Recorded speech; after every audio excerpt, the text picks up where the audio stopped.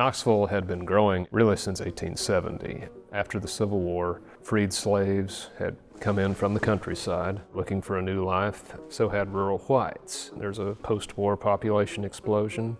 And Knoxville takes off briefly as a poster child for the New South. And for some of these whites coming in, it's the first time they've ever worked beside a black person. They're living, some of them almost side by side. And there's a lot of conflict going on. Even though the city leadership tries to turn a blind eye to it, it's there. And as a matter of fact, there had been a study done by a University of Tennessee graduate student in 1919 in which she predicted that these conditions will lead to some sort of racial violence if something isn't done. Knoxville was a stage city where race relations were pretty good. Black people knew their place and stayed in it. And I think we had a white paternalistic society that left black people to their own devices as long as they didn't create a lot of trouble. To me, it was interesting how the local newspapers described the black community.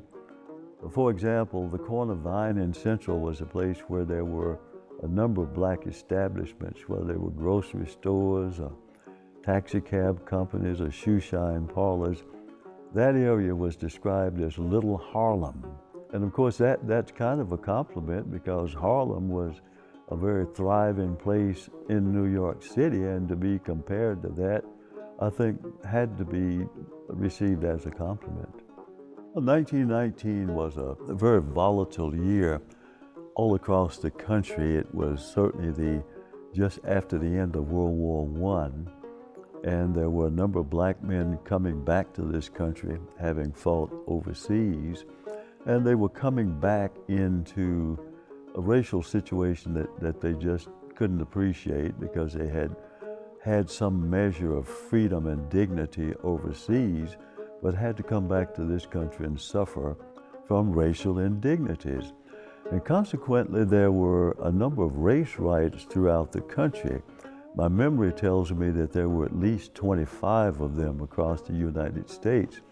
And James Weldon Johnson, who was head of the NAACP, termed it the Red Summer because in many cases some of the streets literally ran red with blood. In addition to the racial and labor tensions that are going on nationwide, there was a great deal of political tension. The mayor, John E. McMillan, was up for re-election. One of the reasons that the mayor was controversial at that time was his progressive attitude towards race relations. He had been elected largely with black votes. He had made an address to the black business leaders denouncing the riots elsewhere, he had denounced lynching, and had said that he personally intended to make sure that nothing like that could ever happen in Knoxville. There had been threats against black voters, warnings that black voters should stay home on election day. Threatening posters had been posted around town. The mayor had a lot of black campaign workers, one of them being Maurice Mays. Maurice Mays had spent that entire day campaigning for the mayor, handing out campaign flyers and poll tax receipts. In those days, Tennessee has a poll tax. You have to pay the poll tax in order to vote. But if someone pays the poll tax for you and you have a receipt, that's perfectly fine. And he had been handing out poll tax receipts all day to black voters with the understanding that they would vote for John E. McMillan. Maurice Mays was rumored to be the illegitimate son of the mayor, John E. McMillan. And according to members of McMillan's family, it was acknowledged as true.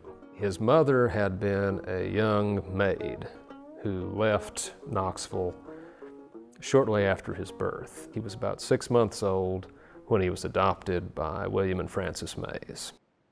Maurice Mays was a black fellow who was very handsome, who liked white women, and white women liked him, and certainly 1919 was not the year to have these kinds of relationships. So there was a police officer in Knoxville who knew about Mays's activities and had warned him about dating white women and threatened to put him in the penitentiary if he were ever to catch him. and to do other terrible things to him if he caught him. A white woman by the name of Bertie Lindsey wound up murdered. The 27-year-old Bertie Lindsey was born Bertie Smith in Lee County, Virginia. In 1916, she married Daniel P. Lindsey, a carpenter from Dandridge, Tennessee, and worked at the Standard Knitting Mill. Her bedroom assault and murder at 1612 8th Avenue in North Knoxville was witnessed by her younger cousin, Ora Smith. Well, the policeman who hated Mays was investigating the case, and he said, I know exactly who that murderer was. So they went to Mays's house and rousted him out of bed and took him to the scene of the crime, put him under a dimly lit street lamp, and the woman identified him as the murderer. This woman had been sleeping in the bed with her cousin who was murdered, who said that it was a black man who committed the crime and identified Mays as the murderer. And he said, that couldn't be. I've never been in this neighborhood before. I don't know anybody here. Mays was taken to the Knox County Jail. And Mayor McMillan had gotten him out of trouble early on when he was about 17 years old. So people thought that McMillan would get him out of this. He's already expressing fears to the sheriff. It's not safe. They're going to try to lynch me. There was apparently a brief mention in the morning paper, the Knoxville Journal and Tribune, to the effect that a white woman had been killed and a black man arrested. It's not entirely clear what it was. It was apparently probably a one-page extra. That has not survived. Word gets around very quickly. Bertie Lindsey's body is being prepared at Robert's funeral home, which is near Market Square. Market Square is the traditional gathering place. There are restaurants, the old market house, saloons. By mid-morning, people are already beginning to come to the funeral home, passing through and staying at Market Square to congregate. It's Saturday. Now, in those days, typically businesses worked half a day on Saturday. So around noon, everybody starts to get off work. It's Labor Day weekend. Some people immediately start getting watered down for the weekend. Around the same time, the afternoon paper, the Knoxville Sentinel, hits the street. Now, we don't know exactly what that day's edition said because, again, no copies of that have survived. And apparently there were some inflammatory statements in the articles, that there was at least a picture of Bertie Lindsey and apparently some sort of a headline that was sensational. Again, we don't know exactly what that was. Not too long after the paper hits the street, the sheriff begins noticing that things are definitely starting to turn ugly, and it's time to do something. When word got out that he was the murderer of a white woman, a mob formed. Now, this was very unusual for Knoxville. Mobs just didn't form in Knoxville to string anybody up. In fact, in all of my reading, I have yet to find where somebody has been lynched in Knox County. I mean, the sheriff did a lot of legal lynchings, but this never happened. The sheriff knew the mob was coming and devised a plan to take Mays to safety. He borrows one of his wife's dresses. They dress Maurice Mays up, sneak him out, take him by car down to Concord, slip him aboard the train there, and out of town. Now, meanwhile, back at the jail, the crowd keeps forming. In an effort to get the crowd to disperse, the chief deputy, Carol Cate, agrees to let a committee of men come through and inspect the jail. We'll show you he's not here. So they take them through, take them all around. They come out and they say, well, we can't find him. Well, the crowd's not satisfied. So they put together another committee and bring them through, and then a third, and then a fourth. At which point some people in the crowd start shouting, well, we're just going to follow him in and see for ourselves. And then they slam the doors. In between the searches, Jeff Claiborne, one of the ringleaders, has made his way up to Market Square. There's a bigger crowd forming up there. Some of these are people who've been to the funeral home. Some of them are people just drinking, getting ready for the weekend. He starts addressing the crowd. Carol Cate, the chief deputy, later estimated it was as many as 4,000 or 5,000 people. Someone gives the command, march, boys. A lot of these guys are World War I veterans. Some are Spanish-American veterans. There are even accounts that some of the riders arrested were as old as in their 70s. Some of them were Civil War veterans.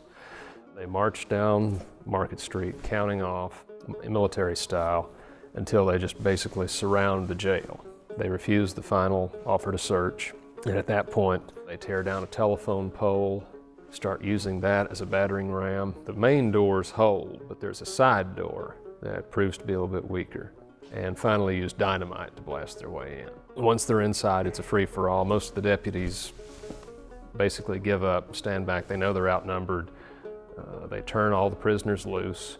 Interestingly, they leave the black prisoners untouched. They tore up the jail to the tune of $50,000. And that was a lot of money in 1919 to have to suffer that kind of damage. They drank up all the confiscated moonshine whiskey and other whiskeys that were there and got drunk and left the jail vowing to kill every black person they saw in revenge. The National Guard was summoned. By the time the soldiers do arrive, they're still outnumbered by the crowd. The Adjutant General addresses the crowd, tries to reassure them that justice is going to be done. You might as well go home. That doesn't work. There's an expectation in the black community that this is going to be taken out on us. They've found Maurice Mays to blame, but they're going to blame all of us. But the black community was aware of this, and men who were in gun clubs and who were hunters decided to meet the mob head on. So there were a number of men returning from World War I, and they just said, we're not going to take this anymore. They perhaps, before that time, bit their tongues and put up with it, swallowed deeply and put up with it, counted to 10 and put up with it. But having fought in that war, they decided, we're just tired of this stuff and we're just not going to take it anymore. And I think that was the difference. When the rumor reaches the mob that black men are holding up white people at Vine and Central, which was not true, there's no evidence that that was happening, the mob surges up Gay Street towards Vine, and the Guard joins them. They later said they were restoring order. Basically, they were just siding with the whites. The mob starts breaking into stores all along Gay Street and the surrounding streets, stealing guns, knives, baseball bats, any type of weapon they can get their hands on. They surge out toward Vine Street. The whites are basically amassed up here at Vine and Gay. Down at Vine and Central, in the black community, they have made siege preparations. They've shot out the street lights. There are reports that there was furniture, box crates, that sort of thing, stacked in the streets to create barricades. And it becomes a standoff at that point. National Guard has their machine guns. They bring them in on the back of a truck. They set one up near Vine and Gay. They set them up on each side of the street in a crossfire. The guys manning them are not experienced machine gunners. A lot of them are mostly kids. Some of them are as young as 15, 16 years old. Most of them have not been in battle. There was one lieutenant who tried to make his way down to the corner of Vine and Central to scout out what was going on.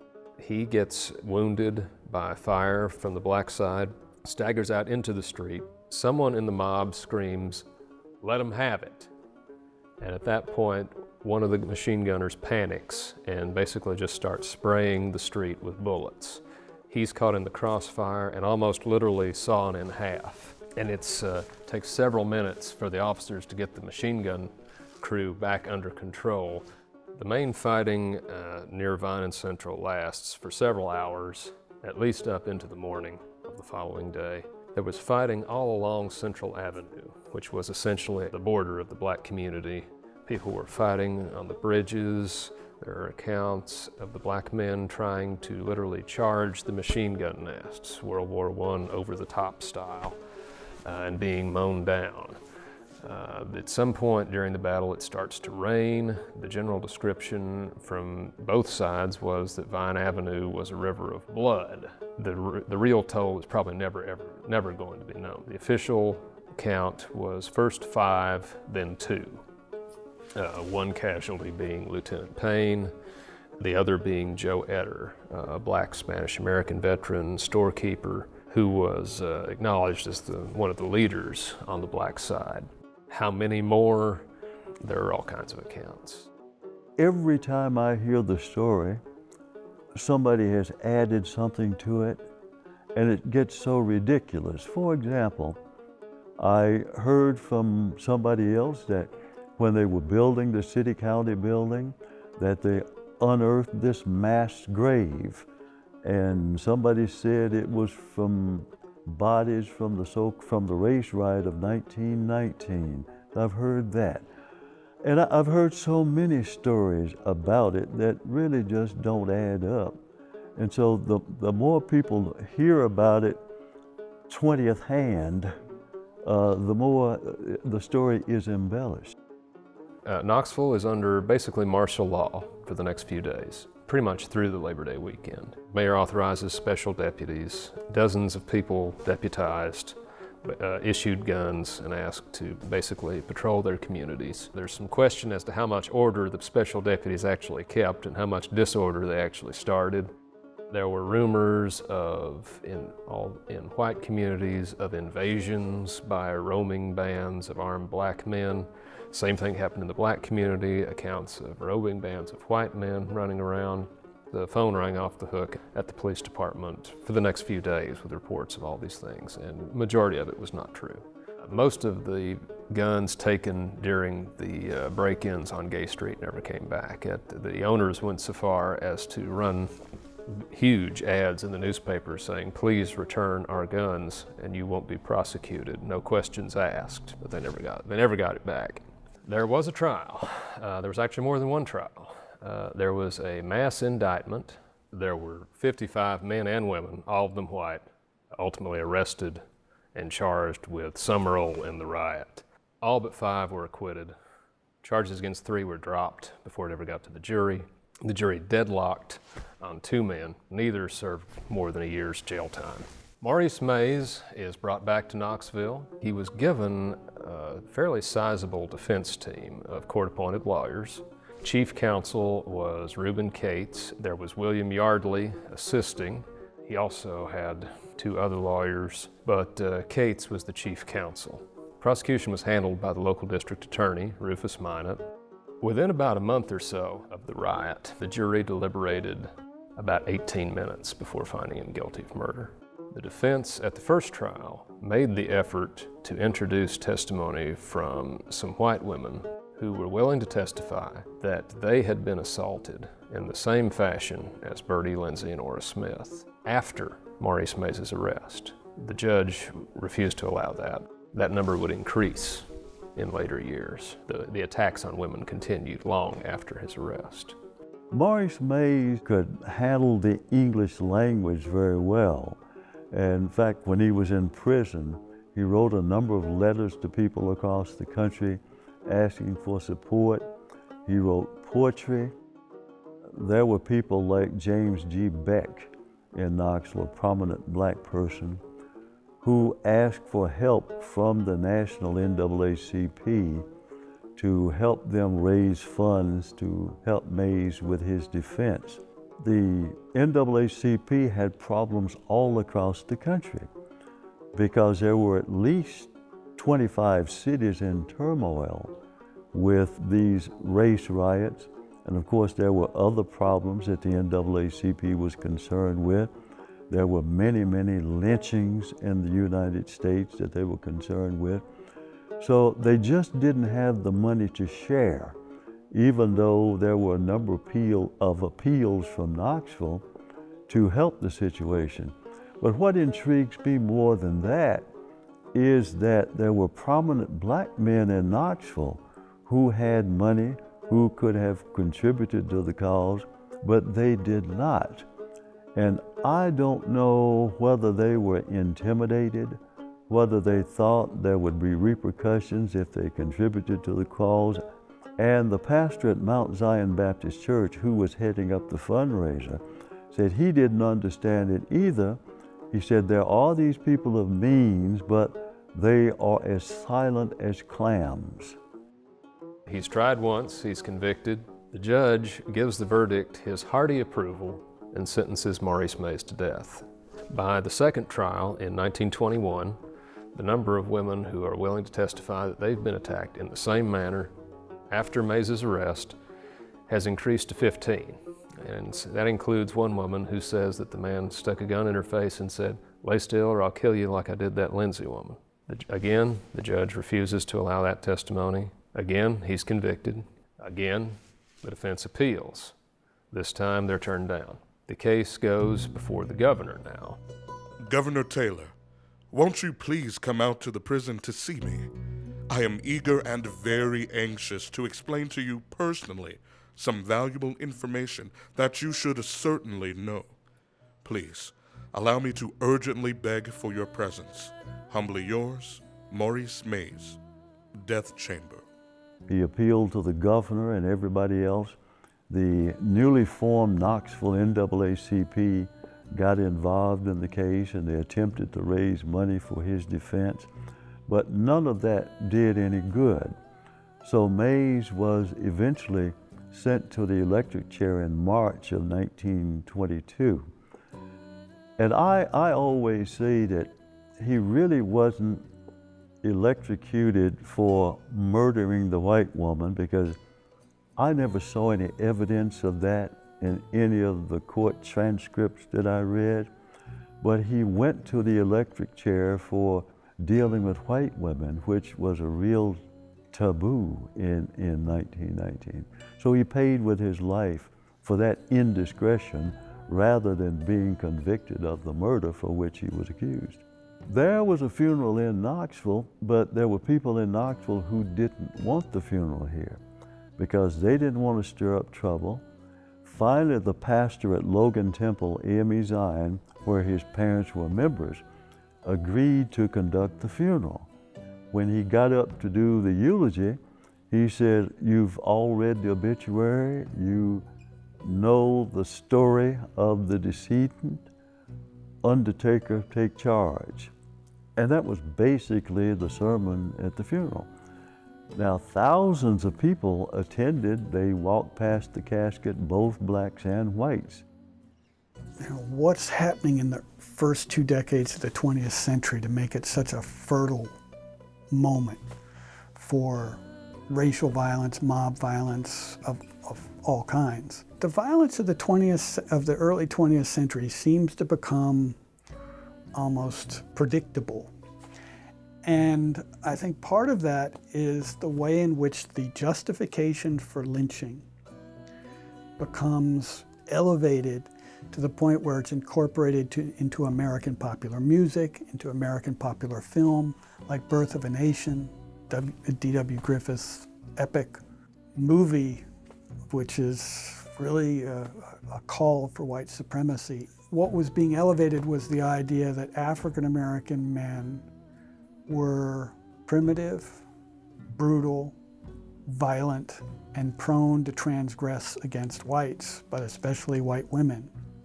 So that notion of the black rapist got elevated in the early 20th century.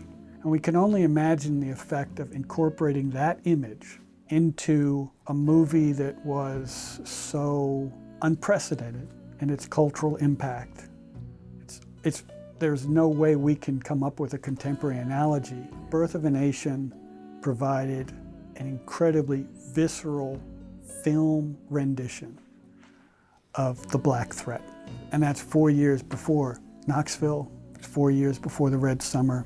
In From Race Riot to Sit-In, Arthur I. Waskow categorized Knoxville's Red Summer with Omaha, Nebraska's unrest as a particular form of violence. The Jailhouse Riot. The 2 jailhouse riots of 1919 had a number of peculiar features. Both were connected with local political rivalries and the control of underworld activities. Both originated in anger at a black man accused of rape. Both were stopped before the initial incident could turn into a full-scale riot between the races. And both events were a combination of an insurrection against state authority and a pogrom against the black community. In Omaha, Nebraska, the accused William Brown was successfully kidnapped by the mob, shot, lynched, burned, and left on display at a major intersection. Certainly, and without any uniqueness, Knoxville, Tennessee was well on its way to a similarly shameful exhibition if events were left to run its intended course. I don't think here in Knoxville it really rose to a race riot as it did in some other cities, but there certainly were clashes in this city that would lead one to think that Knoxville had a race riot. It shattered the belief and feeling that Knoxville had great race relations, and things like that that happened elsewhere couldn't happen here. We've never had a lynching in Knox County. We just didn't have those atrocities that happen in other places. What I think and what we've been trying to do for a number of years is to have the governor of Tennessee to clear Mays' name, because it's obvious to all who read the case and who understand it, know that the man was not guilty of that crime. And we've worked with, I think, 3 governors now attempting to get that done, but we've been very unsuccessful.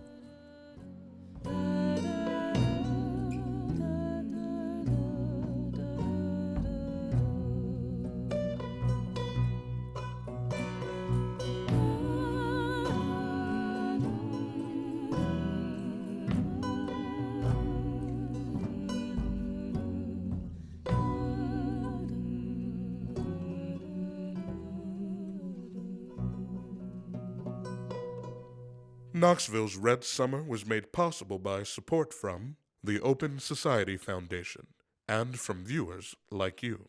Thank you.